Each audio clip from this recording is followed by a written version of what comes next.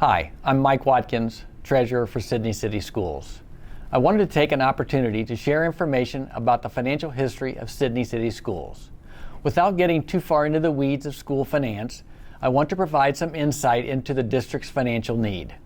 When I became the treasurer for Sidney City Schools in the summer of 2007, the district finances were declining quickly, to the point that expenses exceeded income by more than $1.4 million per year. With this rapid decline, the district's once comfortable cash carryover balance, which can be compared to a savings or investment account, was on track to be gone before the end of 2010. In order to change the financial trajectory, the district placed a 9.9 mil emergency levy on the ballot in November of 2009. The district successfully passed the 2009 emergency levy that generated $4.5 million in new revenue. With the passage of that levy, coupled with actions to reduce spending, the district's finances stabilized at that time. The following year, the district attempted to renew an existing 4.73 emergency operating levy, originally passed in 1995, renewed each of the subsequent 5 years until 2010. Unfortunately, the renewal of the 4.73 mil emergency operating levy overwhelmingly failed in November of 2010 by over 1,000 votes. This told us voters believed the district needed to do more to reduce expenditures before they would support another school levy. And so, the school board decided not to place the issue on the ballot again. Another financial setback during this period between 2009 and 2010 was a failed attempt to renew an expiring 0.8 mil permanent improvement levy. The loss of this levy forced the general fund to assume expenses like the repair and upkeep of buildings and grounds, purchases of long-life assets such as buses and maintenance trucks, and other expenses not connected to the general operations of the district. When combined, the loss of the 1995 emergency levy and the permanent improvement levy reduced the value of the 9.9 mil levy to 4.37 mils.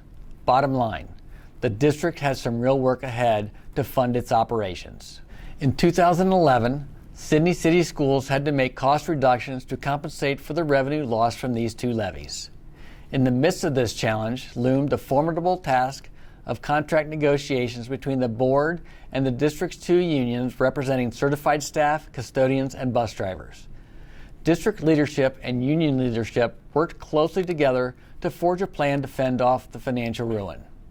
This collaboration resulted in the reduction of employees from 496 in 2006 to 384 employees by 2012, a cut in all employees' salaries by 2.75%, a freeze to any type of salary increases for the following 4 years, and a reduction in the district's share of the health insurance premium from 91% to 80%.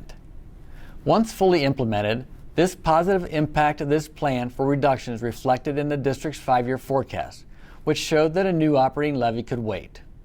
Additionally, changes in the school funding formula between 2011 and 2016 were favorable for Sidney City Schools demographics. Because of these events, the district was able to rebuild and sustain its savings account to support daily operations, until recently. So what has changed? Over the past 9 years, between fiscal year 2009 and 2017, district revenues increased 14.54%, while district expenditures only increased by 4.42%. By contrast, the 4 years between fiscal years 2017 and 2020, district revenues increased by only 1.25%, while district expenditures increased by more than 12.4%. In the midst of this change is the COVID-19 pandemic, which has taken the district's declining financial condition to another level of deterioration no one could have anticipated. Due to the state's stay-at-home order and the closure of businesses for most of the last quarter of fiscal year 2020, the state of Ohio's income tax revenue was significantly impacted. This trickled down to school districts.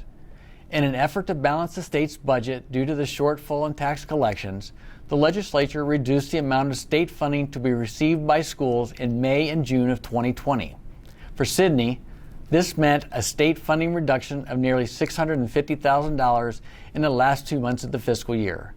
Unfortunately, it did not stop there. The district's state funding will be reduced again by another $650,000 this school year. Whether it is slowing revenues, accelerating expenses, or both, one fact remains. Sidney City Schools has been a sound steward of the taxpayers' money for more than 10 years. Financial circumstances have significantly changed. The district has made staff reductions in fiscal year 2020 and is implementing another round of significant reductions in fiscal year 2021. These additional reductions alone are not enough to change our financial direction. Our district, Sidney City Schools, is in urgent need of new operating revenues.